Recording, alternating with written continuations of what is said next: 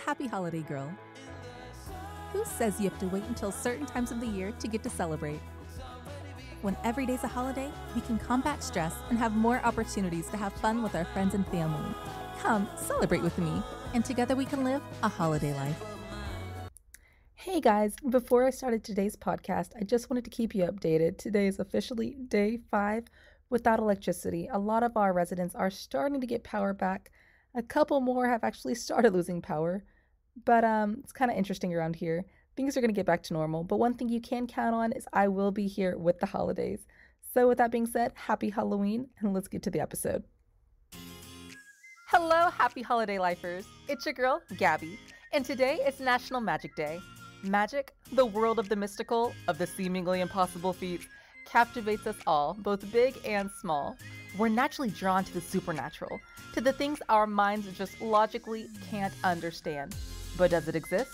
Today on the Happy Holiday Life, our whole day is dedicated to everything magic.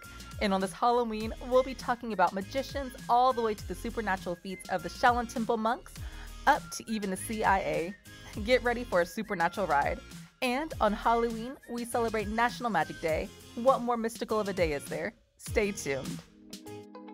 To craft the tale of magic, we have to give props to the 2700 BC magician Dedi. Wikipedia recounts him as possibly having the first magic trick ever. The trick where there are 3 cups and the ball is shifted mysteriously to and fro throughout the cups. The article says that Dedi had done other effects, such as decapitating a bird, then reattaching the head to resurrect it. Although with such little proof, it's difficult to definitively pinpoint him as the original magician, but making a headless bird walk back to its own head and magically have it pop back on the bird's body is pretty amazing to me. I mean, it's not like it's just a person that you have playing along with your trick. That's an animal. Like, you can't just tell the bird, "Okay, Randy, so what I'm gonna do is cut off your head, but you're gonna be okay though, really. Just lie still, Randy. I'll take good care of you." No. Nevertheless, the trick apparently worked, and his name is still being spoken today, whether historically accurate or not. And fast forwarding to our present day, according to musicianbands.co.uk, David Copperfield remains one of the most famous magicians of all time, and back in the 1980s was one of the world's most recognizable people. He had performed many awe-inspiring illusions during his career, including levitating over the Grand Canyon and walking through the Great Wall of China. But arguably, his most famous trick to date took place in 1983. It was a dark night in New York City, and in front of a live television audience and 20 tourists, Copperfield made the famed Statue of Liberty vanish. Magicianbands.co.uk goes on to say that he chose to perform the trick in order to demonstrate what the world would be like in the absence of liberty and freedom. Hashtag Statue of Liberty Dedication Day. Listen to Wednesday's podcast. But not everything that appears magical is illusion. On National Magic Day, I like to highlight some of the most amazing supernatural, or as some may view, magical, humans we have on this planet, also known as the Shaolin monks. Magicians use sleight of hand tricks, while Shaolin monks use their actual fingertips to attain superhero strength. According to UnbelievableFacts.com, monks train their fingers to be strong enough to balance their whole bodies on the tips of 2 fingers. Not 2 hands, but 2 fingers. They train by punching their fingers into tree trunks to make their fingers as strong as iron. It's absolutely astonishing, and that's literally only the tip of what the Shaolin monks can do. They take the time to make their entire body as strong as iron. I'm not leaving anybody parts out. It's absolutely amazing.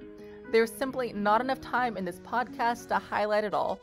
But what's interesting is that there are varying levels of beliefs in the world, and dependent on what you believe is the outcome of the world you exist in. Some people would say that things like astral projection, the ability to see beyond what's in front of your physical eyes into far-off locations, doesn't exist, and are mere magic tricks. But if you go to CIA.gov, a real government website, you can click on a link that shows you a declassified article of a real person being able to astral project.